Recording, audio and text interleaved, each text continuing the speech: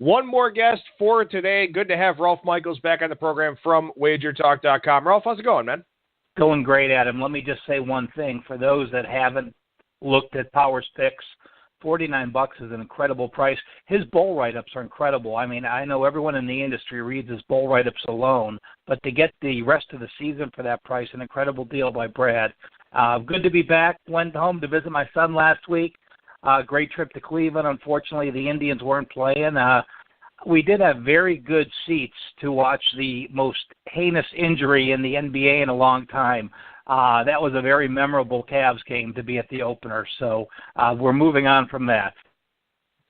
Yeah, that was bad. I mean, it's one of those injuries it's kind of burned into your memory, a lot like Kevin Ware, and then of course, my dad when we were watching the game, and he mentioned, Joe Theismann obviously is the one that everyone kind of thinks back to. Some of those things are they're seared into your memory, man. They clearly are. All right, well, let's talk some college football here. We'll also talk some NFL. I know that you really haven't started doing too much with the NBA as of yet, so we'll pass on that for this week. And, maybe we'll throw a little bit of a bone to our listeners on the hardwood here a little bit later in terms of talking about some college basketball stuff. But let's get into this college football first, and let's start here on Thursday night, a game that we haven't really touched on yet this week, between Stanford and Oregon State.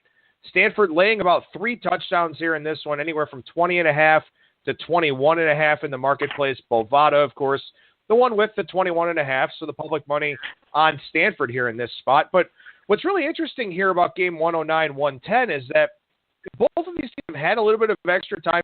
Not one of them played last week, but Oregon State has the interim head coach. So when you've got an interim in place, does the extra prep time even matter that much? Well, we often see a team get a bump with the interim. When Mike Price went back to UTEP a few weeks ago, they played very well and covered. And while Oregon State got a bump and they actually covered against Colorado, only losing by 3, that was a misleading game. Oregon State had a 569 to 385-yard edge, a 184-yard bump, and they were -1 turnovers. They deserved to win that game. They finally unloosed the pass attack and threw it 37 times for 289 yards. Lutton was hurt the last couple games. Darryl Garrettson, the Utah State quarterback, played very well. So not only did they get a bump, I just think he tweaked the offense a little bit. Ryan Nall ran wild. I mean, he was out the game before against USC, so him being back was a big plus anyway. So I think Oregon State is a team that just got thrown in the gutter, but actually has potential to keep these games much closer than people think. Well, and what's interesting here is that the interim head coach is actually the cornerbacks coach. I believe his name is Corey Hall, which, generally speaking, it's not really the way you go with an interim. You either elevate a coordinator or maybe one of the line coaches like we saw Ole Miss do when Hugh Freeze was sent packing down there. You generally don't get the cornerbacks coach, not quarterback, cornerback, defensive backs coach going out there as the interim. And I kind of wonder, what that does for a team, because at that point, when you get an offensive line coach that becomes the interim, things aren't going to change a whole lot. Maybe the team gets a little bit more run heavy, but he's a guy that's not going to change up the offensive game plan too much. We know what Gary Anderson wants to do. We know what he did at Utah State. We know what he did at Wisconsin. Wants to focus on running the football quite a bit. Well, like you said, they kind of took the shackles off the passing game a little bit here, had a little bit more balance. And also, too, I think what's something that we need to mention here, they're not going to make a bowl game. They have to go 5-0 over their last 5 games. They're not doing that. They're not winning at Cal, probably. They got to go to Arizona and play Arizona State and then at Oregon in the Territorial Cup there. But at this point, I mean, they're kind of going out there and saying, what the hell, let's just go play football. And maybe that helps them more than anything. Well, Corey Hall was a fullback for the Green Bay Packers, but he was actually a linebacker at Boise State under all those teams that had all those funky plays. So he played college football in a fun atmosphere. He learned how to do the Statue of Liberty in the bowl game. So, he was brought up in that, and I think he's bringing excitement to the team. I think being an NFL player and having a young having a young coach is what they were looking for. They wanted the players to have something to look up for. They wanted the players to have something to relate to. So I think, as far as it goes, who knows? He's also the special teams coordinator. He was the special teams. The Boise was in the WAC at that time. He was the WAC Special Team Player of the Year, a great special teams player. He was the special teams coordinator as well. But, I think this game really comes down to if Bryce Love plays or not. I like the Oregon State side already. With Love being questionable, it adds a whole nother level to this game. All right, well, let's move into Saturday here and look at a game that's really, really off the radar for a lot of people, but I think it sort of personifies a lot of the things that we like to talk about here on these shows, and that's the matchup between Missouri and UConn. And again, this is a game that not a whole lot of people are talking about, not a whole lot of people are looking at for obvious reasons. I mean, it's not the most exciting game on the card for sure, but this is a very unique spot for Missouri. Everybody's out there playing conference play. Everybody's out there playing conference opponents. This is the second straight non-conference game for Missouri. Now, they won 68-21 last week at home against Idaho, but now they're going on the road to a place they generally don't go. I mean, I'm not going to say that UConn's going to win the game outright because they are a 13-point home dog, but something about this spot is really challenging. Yeah, I have a real issue with the last 2 weeks of October. You're in the SEC and you're hosting Idaho and going to UConn. That's not the way the schedule should play out, but it is what it is. I mean, I know that TV, they played South Carolina early and played Auburn early, so you get that schedule. And, I think the general consensus is Missouri is a bully. When they get a bad team they can beat up, they do so. I think this line's a little higher than it should be, but I understand why it is. They beat Missouri State 72-43, and they beat Idaho 68-21. So in those two wins, they averaged 70 points per game. In their 5 losses, they totaled 92 total points. So when they can score, they can. Now, the people I've talked to and Joe Public in this game thinks, well, Missouri's playing another patsy. They already crushed the 2 teams they can, and they can do so again this week. But again, going on the road is an entirely different story than beating up inferior teams at home. UConn's off back-to-back wins. They went to Temple and won. They beat Tulsa last week. The defense isn't doing great, but they have Tulsa to 453 yards. That's not bad for them. But the offense has really played well for UConn. They've gone to more of an up-tempo this year. Brian Sheriff has a 13-4 ratio. The running game is still not where it is. The team's averaging about 4.0 yards per carry, but they have the ability to move the ball and get some first downs, which they never could in the past. So they always left their defense hanging. They were always at a time of possession disadvantage, but now they're getting some first downs. The offense is gaining some yards. So holding Temple and Tulsa to 24 and 14 points, granted they gave up 70 to Memphis in a blowout game, and they went to SMU and gave up 49 points. But again, Memphis was Memphis, a one-time game. SMU was on the road. Back for a second home game, I think the Huskies can keep this game close. And again, all those expectations for Missouri, what they did at home, certainly change when traveling on the road. This game has a total of 79, so a lot of points expected here. Missouri 7.3 yards per play on offense, UConn 6.2. Rhett Lashley gave up more money at Auburn to come and be the offensive coordinator at UConn because he wanted more control. I mean, when you're at Auburn and Gus Malzahn's there, you don't get as much control as you want. But at UConn, with Randy Edsall, who's just kind of a placeholder and a figurehead at this point, Lashley getting what he wants up there, and you can kind of see that come through with this UConn offense. Now, Arkeal Newsome is out. He's their leading receiver out of the backfield, so that's something worth considering here in this one. But again, I wanted to touch on this game because the spot is just so odd. I mean, this is a place that Missouri doesn't go. And to do so here with back-to-back non-conference games, very, very interesting. And it was a game that I definitely wanted to make sure that I brought up here on today's show. Let's backtrack a little bit from a rotation order standpoint. Go to game 131-132 here between Michigan and Rutgers. Michigan, 24-point home favorite. Not a great spot for the Wolverines this week. All those that thought that these two teams would be tied in the Big Ten standings at this point in time, please raise your hand. Both teams are 2-2 in the Big Ten, tied for third and fourth. So hats off to Rutgers for getting a couple wins. Granted, it was against Illinois and Purdue, while Michigan's losses were to Penn State and Michigan State. But, this is a game where last year Michigan beat them 78-0. And last year when they beat them 78-0, Michigan was coming off a win against Wisconsin, a 14-7 huge battle, and the next week he goes against his he goes into Rutgers and wins the game. So, the interesting thing about Michigan though is Harbaugh is now 1-3 ATS after a straight up loss. So it's not like he rallies out the cry. He's lost his last 3 games, in fact, against the spread after a straight up loss. It's a situation where I think Michigan tries to recoup, do what they're doing. But when you go to Indiana and you only have 329 yards, you go to Penn State, you only have 269 yards. Granted, the Michigan State game had rain late, but they only had 300 yards. The last 5 games, they've only topped 17 first downs one time. That includes the Cincinnati game, the Air Force game. So if your offense cannot move the ball and get first downs no matter who you're playing, I don't know how you expect them to cover this type of spread. Rutgers, however, is 0-5 ATS as an away dog of 28 or more. They did get the win at Illinois. They did go to Nebraska and only lose by 10.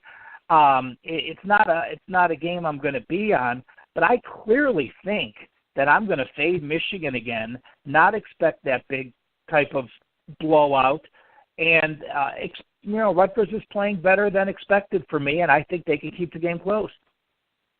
Well, one of the things I kind of wonder about here from a Michigan standpoint is they've already lost 2 games in the Big Ten, as you mentioned, and everybody ahead of them in the East is 4-0. Now, Ohio State and Penn State play this weekend, so one of those 2 teams going to get its first conference loss. But for Michigan, I sort of look at the next 3 games, and I kind of wonder to myself, what are we going to get from this team? Are we going to get their best effort against Rutgers, against Minnesota, at Maryland? Because really for them, this season comes down to if they have a chance to spoil Wisconsin at the end of the year, and then obviously the rivalry game against the Buckeyes on November 25th. Those are the 2 games that are really left for them. They're going to a bowl game. It's not going to be a great bowl game, at least, unless they find a way to beat Wisconsin and Ohio State here late in the year. And then, who knows what might happen in terms of the Big Ten championship game if they can get some help with somebody topping Penn State and Michigan State at some point. But, this is one of those situations where I don't know what you get from Michigan. A lot of people like Harbaugh. A lot of people think Harbaugh is this great motivator and this and that. And, yeah, he's done well against the bad teams, and Rutgers is a bad team. But I just wonder if his players respond here. That wasn't just a loss last week. That was getting your ass kicked, and that's something that doesn't happen to Michigan all that often. Yeah, when you have a Michigan defense allowing 506 yards and 25 first downs, there's times where a team may really be able to break some plays and get big yards. But to me, the shocking thing was the 25 first downs. This was a team that lined up mano-a-mano, ran the ball, passed the ball, went right down the field, and just handily beat them. They rushed for 6.4 yards per carry. On the Michigan side, they had 16 first downs and rushed for 2.5 yards per carry. But, again, Michigan, their last 3 games, they played Michigan State, Indiana, and Penn State. And if you're going to throw for 198 yards against Michigan State, 58 yards against Indiana, and 166 yards against Penn State, I cannot back you as any size favorite, let alone something in this range. All right, well, I wasn't sure if we were going to talk NBA today, and we're not. So I want to throw out a couple of other games here that we can look at a little bit. We'll start with game 147-148 here between Duke and Virginia Tech. Virginia Tech, 15.5, 16-point favorite here in this one. And there's a lot going on with this game. It probably doesn't look like it on the surface, but you've got a Virginia Tech team who's only lost this year is to Clemson. They play Miami next week on the road. Huge game for them in the Coastal Division. The Clemson loss, obviously it matters in the sense that it hurts their playoff resume, but it doesn't matter that much for them in terms of the ACC standings because if they run the gamut in the Coastal, then they're going to be fine. Duke, on the other hand, started 4-0. Perception got high of them with that Northwestern win. They played a decent game against Baylor, beat North Carolina on the road. Now they've dropped 4 straight. But this feels like the kind of spot where you'd want to be in David Cutcliffe's corner, doesn't it? Well, this is another situation. What do you do now? I mean, Duke had a promising season. They were coming off a great year last year. You beat Baylor. People thought you beat Northwestern. That was a good team early. You beat Baylor. You were a 14-point favorite to Baylor. Baylor was down. People knew it at that point, but it was a good win at that time. And then you beat your rival, North Carolina. Then all of a sudden you have this huge game at home. We are going to make our statement. We are going to be an ACC contender. We have Miami coming in, and what happens? You lose by 25. Okay, well, let's regroup. We're a better team than Virginia. Let's go on the road and beat them. Well, we only put up 255 yards, and we lose another game, this time 28-21. And then what happens? You have your biggest home game. Florida State's coming into town. Florida State's down, but yes, if we beat the Seminoles, we are part of the ACC again. What do? You lose by a touchdown. And then the devastating game, Pittsburgh. You should be able to rebound off those losses and beat a team like Pittsburgh, and you don't. You get outgained by 126 yards, and you lose another game by a touchdown. And, in my mind, losing is very tiring. You lose 4 games in a row, it is tiring. But if you lose back-to-back-to-back games like they have by exactly a touchdown, that is absolutely draining. It's the what-if question. We were 1 play away this game. We were 1 play away 2 games ago. We were 1 play away 3 games ago. And I think now going on the road, I am looking – I don't expect Duke to bounce back and play well in this game. I think it's too much of a struggle. I think the way they've played defensively the last couple games, giving up 425 and 485 yards to a Florida State team, without their quarterback that's still learning how to play. At home to Pittsburgh, giving up 485 yards. I'm on the VT bandwagon. Justin Fuente is a great coach. The North Carolina game was not 59-7. I mean, they only had 383 yards, but they were plus 3 turnovers. But that's a lot to do with North Carolina. I mean Virginia Tech. Virginia Tech's a team to force those turnovers and do that type of thing. But I like the way VT's playing defense. I mean, they're allowing 300 yards per game on the year, and that includes the 592 yards they gave up in the opener against West Virginia. At home, they're allowing 219 yards per game, 2.4 yards per carry, and in the ACC, they're allowing 286 yards and 3.1 yards per carry. I think this defense shuts down Duke's offense again, and I think, with Josh Jackson running the offense, 64% completions, 16-4 ratio, you're spreading out where you've got 5 running backs that are all part of the program that are Josh Jackson's a running quarterback as well as 4 running backs. I think they've got the balance. I think they've got the defense. I think they're a team with the head coach of Fuente that's not going to look past this game and look towards Miami, Florida, and I do like the Hokies here.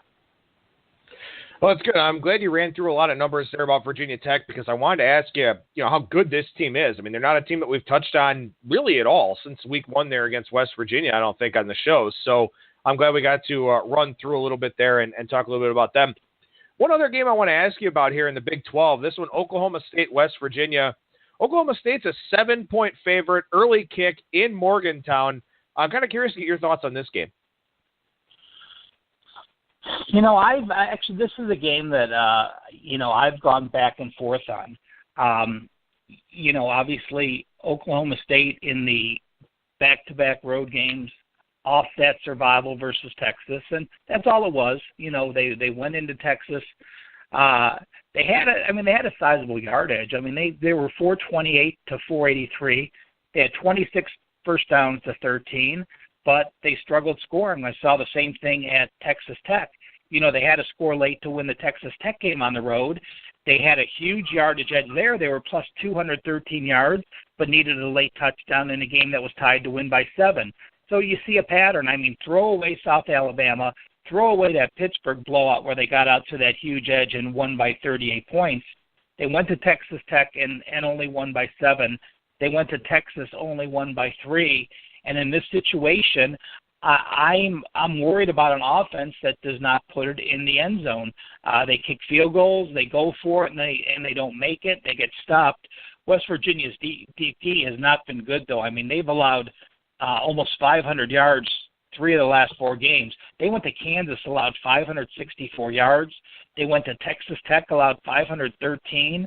They allowed 497 yards and 30 first downs at Baylor last week. So, I've gone back and forth.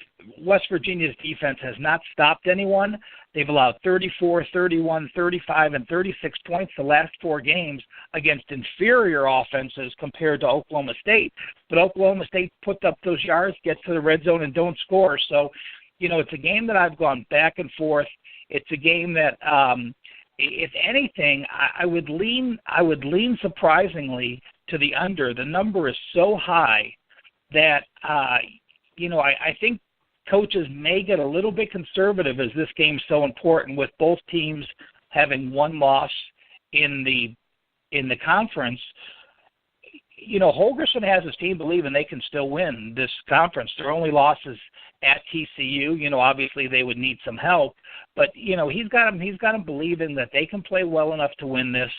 And Oklahoma State, again, it's just they're not the same team. Mason Rudolph has a 19-4 ratio, don't get me wrong, but a lot of that was early when, he had that Tulsa, South Alabama, Pittsburgh stretch in the beginning. He started the year with an 11-1 ratio the last 3 weeks, and last week he was 0-0. So he's not turning picks over, but he's not scoring those touchdowns. All right, well, let's throw something out there for our listeners. You got a side or a total that you really do like for this week? I do, and it's a bit funky, but it is going to be one of my top plays of the week, and it's North Texas. North Texas, I was on them a few weeks. They pulled a couple outright upsets against UTSA, and Seth Luttrell said on Sunday morning after their blowout loss to Florida Atlantic, where they gave up 804 yards, that the team just got too cocky with themselves off back-to-back wins. And a lot of times I believe that it's much easier for a team that gets blown out to just say, we absolutely stunk, let's throw this game away, than to lose a game in the last second by a missed field goal or a mistake you made where it gnaws on you.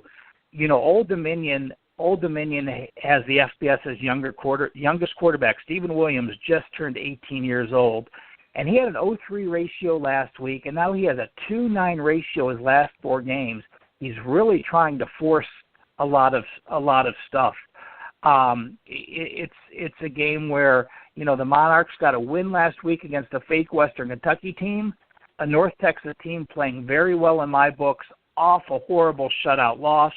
I like the dynamics of off a loss, off a win. Now Old Dominion's traveling in a rare situation to North Texas, and I like the North Texas Mean Green. I think they're going to be a bowl team, and I think Seth Luttrell has them on exactly the right path where they need to go to be a power moving forward in the conference. All right, well, let's flip over to the professionals here on Friday, and let's start with game 257, 258 on the board, and this is one that Brad Powers had some thoughts on late in that segment. Carolina takes on Tampa Bay. The Buccaneers, anywhere from a 1 to a 2-point favorite out there in the market. A lot of places 1.5, a lot of places 2. Only 1 out there at -1, and that's at -120 at 5 dimes. So it looks like we haven't seen a ton of movement here in this game. Opinions kind of split. What's your opinion, Rolf? Well, 5 straight losses between the two teams. Carolina lost that Philadelphia game. It was a close game throughout the entire game. And then the Chicago game, obviously very misleading. 2 defensive touchdowns. Carolina with a 293 to 153 yard edge. And Cam Newton with a 9-10 ratio this year. That's for them to be 4-3 with Cam Newton have a 9-10 ratio. That's one of the most surprising stats there is. Now, Carolina, I believe Carolina feels they're the better team. I think Carolina is going into Tampa Bay expecting to win, which is a positive. Kuechly missed last week with concussion protocol. He's scheduled he's probable this week. I think if he goes, the defense, the Panthers' defense is number 3 in the league. They allowed 373 yards at New England, which is pretty damn good, 242 at Detroit, 310 against a good Philly offense, and then 153 last week. I'm going to say we've seen the worst of Cam Newton throwing his picks, and if I have the number 3 defense in the league traveling to play the number 30 defense in the league, I'm usually going to side with that.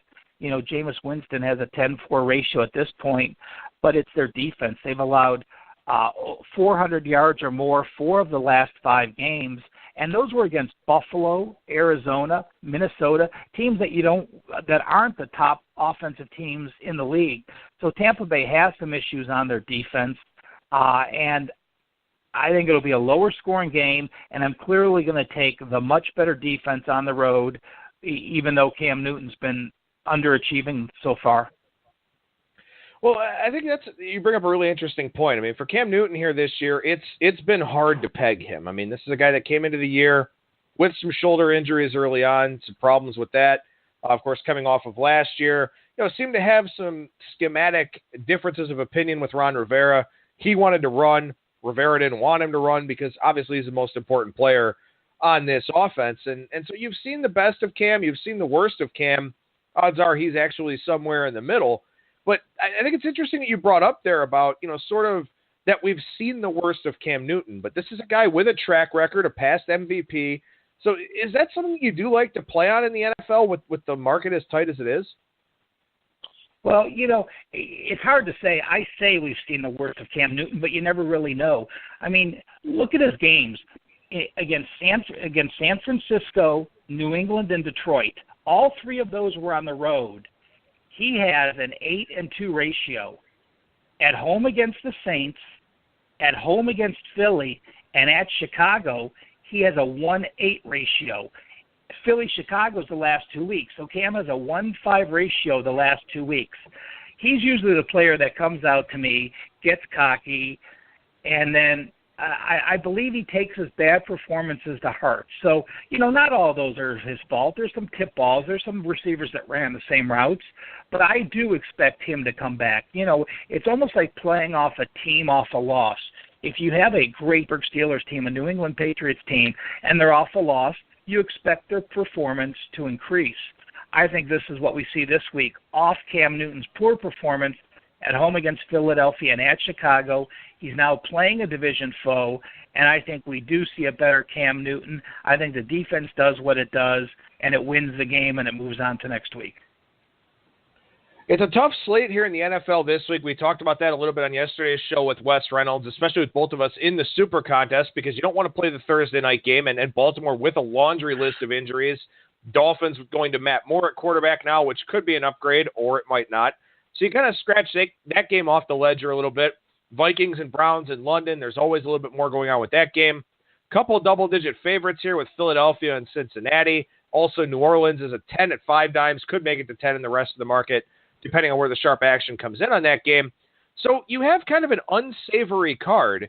Only 2 4 o'clock games, and usually a lot of public bettors like to chase their 1 o'clock losses with these 4 o'clock games in Sunday Night Football. But it's the 2 games in the 4 o'clock hour that are probably the best ones on Sunday. Houston and Seattle, and then this game that we're going to touch on a little bit more, between Dallas and Washington. And this is a number that opened Dallas minus 2.5.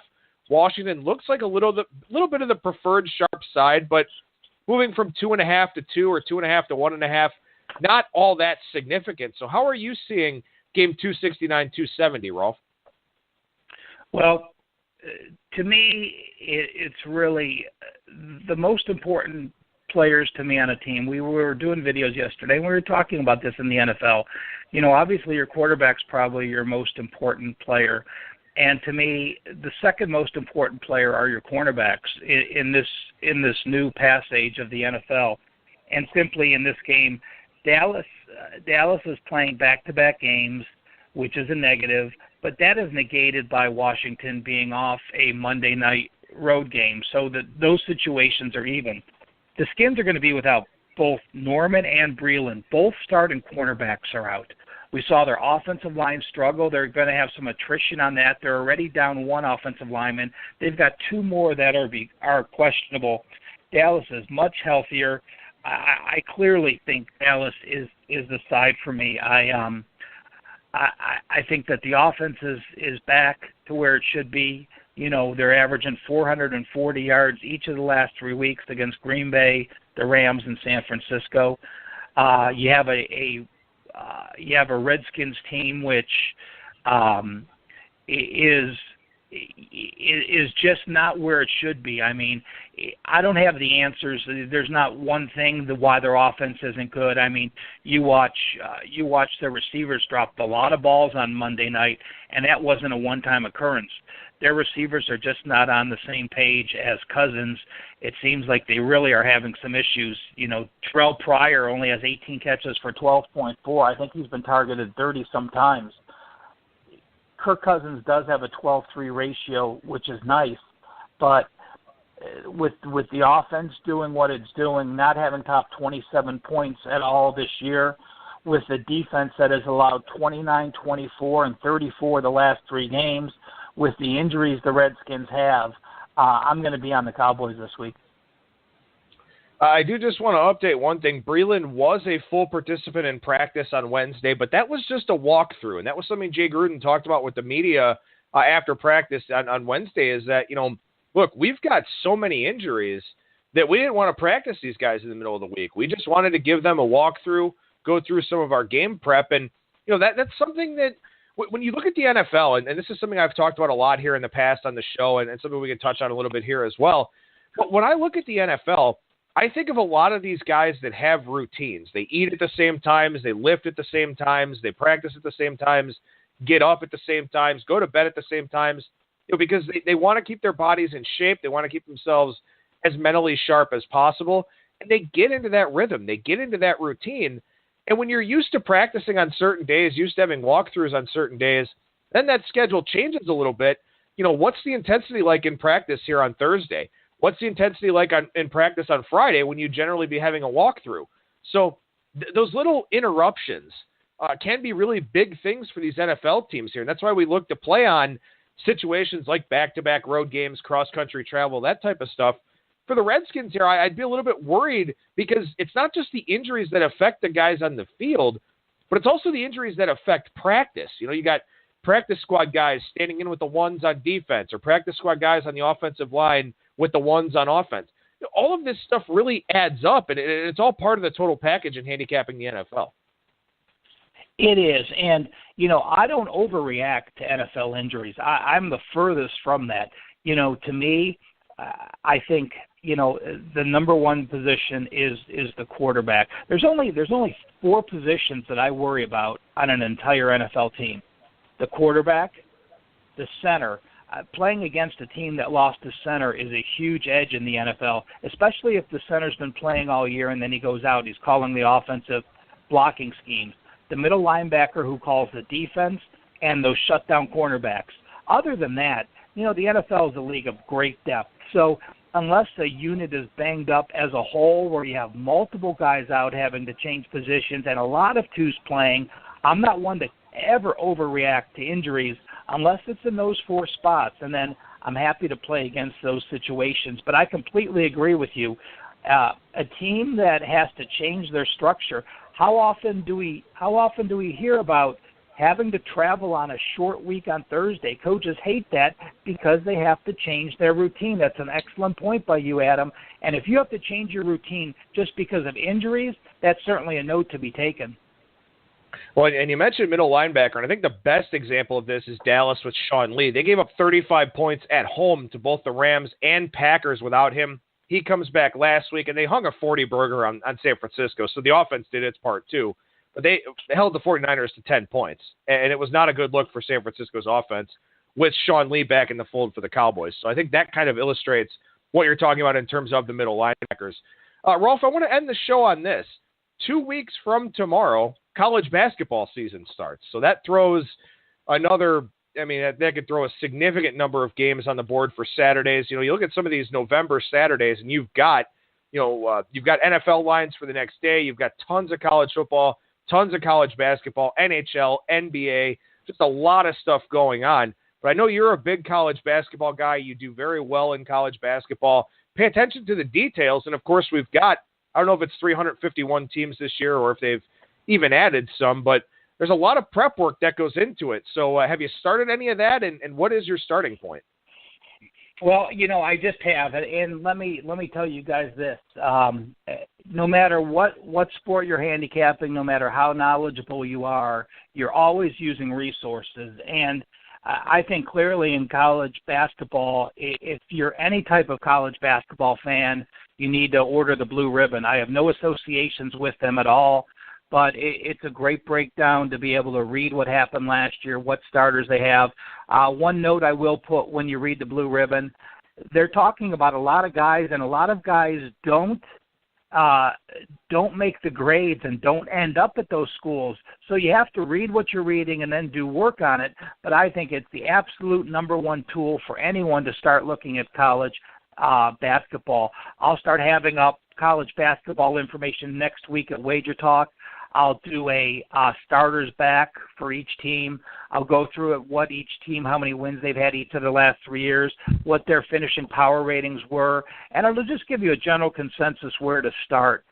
Duke's clearly the best team, on paper going into this year, but, it's really a who's who. I mean, college basketball, you expect Alabama to be on top of the polls in college football. And right now, I think on top of the USA Coaches poll, I think it's Duke, Michigan State, Kansas, Kentucky, and Arizona. So not much has changed from one season to the next, except for those other. I think there's 352 teams this year. Exciting year, best time of the year.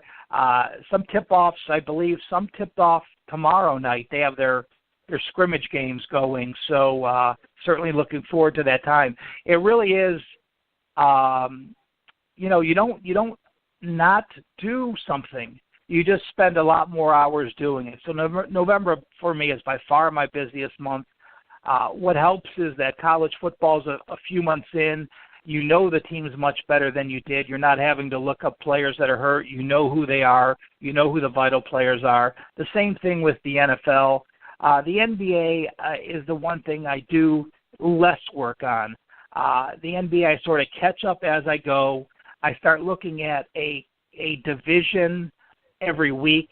I make myself more comfortable on those, and by the time the end of November hits, I'm up to full gear in the NBA, but I make sure I'm ready to go in college because there's more value in college basketball those first few weeks than there is with any sport. Vegas is worried more about football. You have 352 teams to find value on.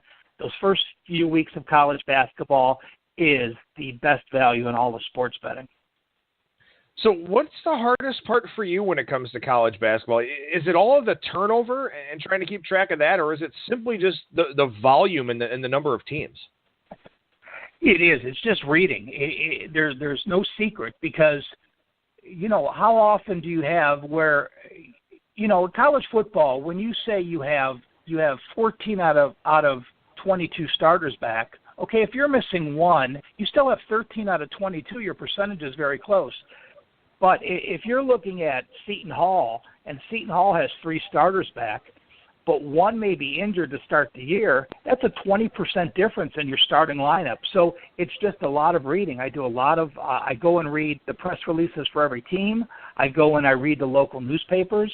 I follow the blogs of the writers. And it's just the grunt work. It's actually physically reading, keeping notes on teams, knowing who's available, and then once the games start, following what happened in those games, who's played, who didn't play. Because a lot of times coaches flat out lie. Oh, yeah, we're set. These guys all practiced. And then you get to the first game and you find out only 2 of your 4 players start because the other 2 guys are banged up.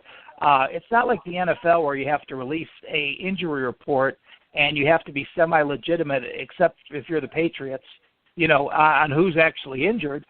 In college basketball, teams sometimes say people are injured or people are banged up, but it's following through, checking the box score, reading the recap to see who actually played, and then moving forward in those games. So it's a ton of work. If you enjoy the work, and it's my passion in college hoops. So, again, November is a time that I hunker in.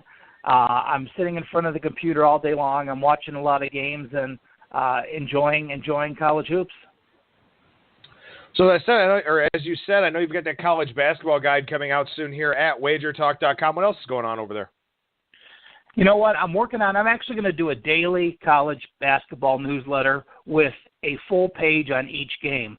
So I'm excited. It should be ready to go by the time we start, but you'll be able to download it, I believe, free. There might be a small cost. Usually with Wager Talk, they put up everything for free. So I'm working on a daily college basketball newsletter, and there will also be a daily NBA newsletter as soon as the college basketball gets done. NBA, again, you have lesser teams. There's information out there to be found where you don't have to search for it as hard. So my priority is making sure the college basketball newsletter is the best there is. And, Adam, I'll be shooting you an email, getting you some ideas of what you would like to see in it as well. And if anyone has, there's going to be 20 or 30 ATS stat logs. I want to know what categories people care about. You care about if a team shot under 40%, or if they allowed over 40%, or how they do after they're playing 2 games in 4 days, or how they do off a loss as a favorite or off a win as a dog. So there'll be all those situations where you'll be able to see what they are currently this year against the spread, what they've done the past few years, both straight up against the spread and over under. So it's really going to be the people's newsletter, and I want to know what people think. So at CalSportsLV, shoot me a note on Twitter or shoot me an email, calsports@aol.com. I'm happy to look at any suggestions you have. And, I want it to be the finest college basketball newsletter available, and we'll have it for free. Ralph Michaels, wagertalk.com. Thank you so much for your time, man. Great to get you back on the show this week, and we'll talk to you again next week. Thanks, Adam.